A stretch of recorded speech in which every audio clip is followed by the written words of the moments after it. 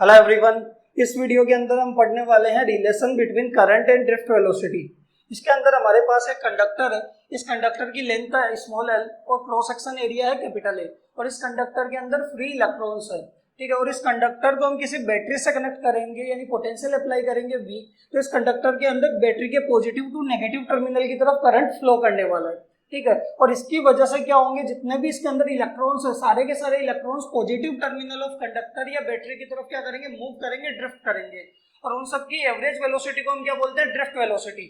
ठीक है, यहाँ पे आप चीज देखना कि करंट जिस डायरेक्शन में जा रहा होगा उसके अपोजिट डायरेक्शन के अंदर सारे के सारे इलेक्ट्रॉन्स क्या करेंगे, मूव करेंगे और इनकी एवरेज वेलोसिटी क्या होगी, ड्रिफ्ट वेलोसिटी इस तरीके से।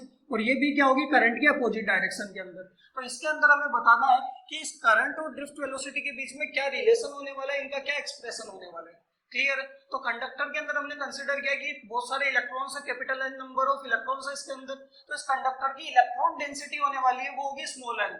और इलेक्ट्रॉन डेंसिटी होती क्या है, तो इसके अंदर let small n be the number of free electrons per unit volume, कि पर यूनिट वॉल्यूम में कंडक्टर के पर यूनिट वॉल्यूम में कितने नंबर ऑफ इलेक्ट्रॉन्स आ रहे हैं वो क्या होगी, इलेक्ट्रॉन डेंसिटी। और इसको स्मॉल एन से डिनोट किया जाता है। तो सबसे पहले तो हम क्या करेंगे, टोटल नंबर ऑफ इलेक्ट्रॉन्स निकालेंगे और फिर हमें करंट की वैल्यू निकालनी है। और करंट क्या होता है, चार्ज अपॉन टाइम।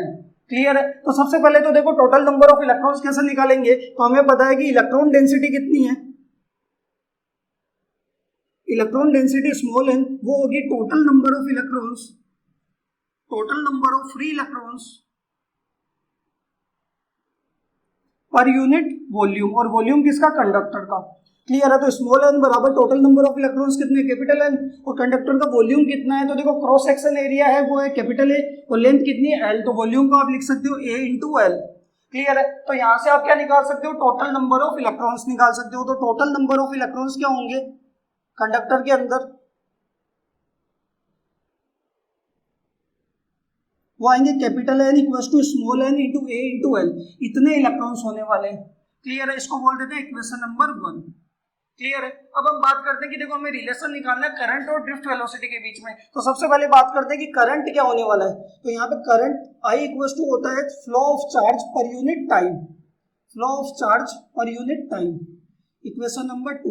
तो यहाँ पे अगर हम चार्ज की वैल्यू निकाल देंगे, इस कंडक्टर के अंदर टोटल चार्ज कितना है, ठीक है, और उन चार्ज को या इलेक्ट्रॉन्स को मूव करने के लिए कितना टाइम लग रहा है, दोनों की वैल्यू निकाल के यहाँ पे पुट कर दे तो क्या आ जाएगा, करंट आ जाएगा।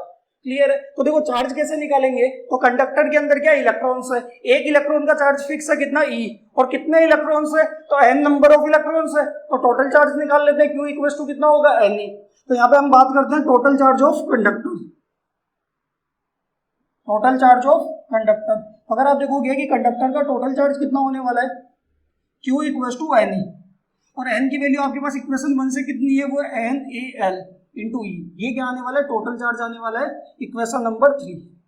इक्वेशन 1 से यहाँ पे लिख देता हूँ, फ्रॉम इक्वेशन 1 हमने स्मॉल कैपिटल एन की वैल्यू कितनी रखी, small n into A into L. बताओ क्लियर है? हमारे पास चार्ज की वैल्यू आ गई। अब हमें क्या निकालना है, टाइम। टाइम कैसा निकालेंगे, तो आप देखोगे जो इलेक्ट्रॉन्स है वो एल डिस्टेंस कवर कर रहे हैं कितनी वेलोसिटी से, वीडी से। तो टाइम क्या होता है, वो होता है डिस्टेंस अपॉन स्पीड। तो यहाँ पे हम टाइम निकाल सकते हैं। टाइम क्या होने वाला है, डिस्टेंस अपॉन स्पीड।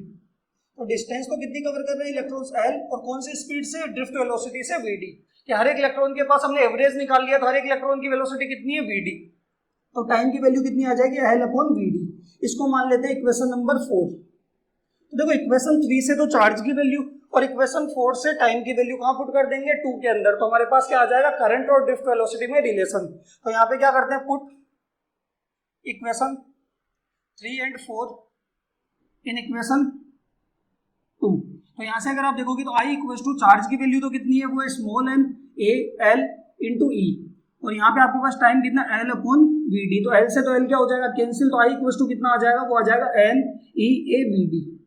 ये आपके पास क्या है, करंट और ड्रिफ्ट वेलोसिटी में रिलेशन। अगर यहाँ से आप ड्रिफ्ट वेलोसिटी निकालोगे तो वो कितना आ जाएगा, आई अपॉन एन ई ए।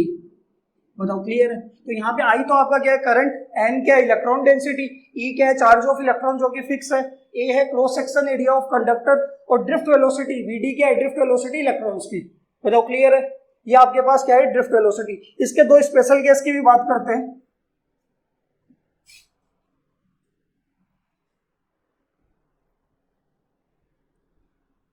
तो इसके अंदर देखो हमारे पास करंट एंड ड्रिफ्ट वेलोसिटी में रिलेशन आया I equals to N E A we D. तो यहाँ से वी डी का फॉर्मूला हमारे पास आने वाला है V D equals to I upon N E A. तो इसके अंदर दो स्पेशल केस बनने वाले हैं। तो सबसे पहला स्पेशल केस की बात करते हैं कि अगर आपने करंट कंडक्टर का क्या कर दिया कांस्टेंट, कि आई की वैल्यू क्या कर दी कांस्टेंट, तो ड्रिफ्ट वेलोसिटी जो है वो इनवर्सली प्रोपोर्शनल होने वाली है एरिया के। कि अगर आपने करंट कांस्टेंट कर दिया तो देखो n तो क्या है इलेक्ट्रॉन डेंसिटी वो कंडक्टर की क्या है पहले से कांस्टेंट होने वाली है, ई चार्ज ऑफ इलेक्ट्रॉन भी कांस्टेंट है, और करंट आपने कांस्टेंट कर दिया तो किस पे डिपेंड करेगी drift velocity cross section area पे। तो यहाँ से और इनवर्सली प्रोपोर्शनल है तो अगर आप Vd1 अपॉन Vd2 का रेशियो निकालते हो तो वो कितना आएगा A2 अपॉन A1। क्लियर है। और आप एक चीज और ध्यान रखना कि अगर दो कंडक्टर है और दोनों सीरीज में कनेक्ट हो गए तो सीरीज में क्या होने वाला है करंट सेम रहने वाला है, तो उनकी ड्रिफ्ट वेलोसिटी का अगर रेशियो निकालना है तो वो क्या होने वाला है उनके एरिया पे डिपेंड करेगा A2 अपॉन A1। क्लियर है। Vd1 अपॉन Vd2 क्या होगा A2 अपॉन A1। ये पहला केस। अगर सेकंड केस के अंदर बात करें कि अगर आपने area cross section area constant कर दिया तो ड्रिफ्ट वेलोसिटी डायरेक्टली प्रोपोर्शनल होने वाली किसके, कितना करंट कंडक्टर के अंदर फ्लो कर रहा है उस करंट पे। क्लियर है यहाँ तक। ये हमारे पास relation between current and drift velocity I equals to N E A we D. Clear है यहाँ